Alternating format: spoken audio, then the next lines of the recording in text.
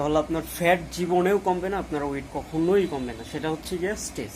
আপনি যখন দুশ্চিন্তা করেন, স্ট্রেসে থাকেন, ডিপ্রেশনে থাকেন, তাহলে আমাদের বডি একটা হরমোন রিলিজ করে, সেটা হচ্ছে কর্টিসল।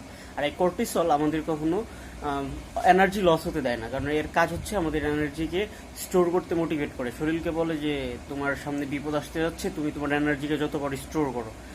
আর হচ্ছে এই কর্টিসল আপনার ইমিউনিটি সিস্টেমকে অনেক দুর্বল করে দেয়, যার কারণে আপনার হজম শক্তি অনেক ভালো থাকে না। সো আপনার ফ্যাটও লস হতে পারে না আর কি।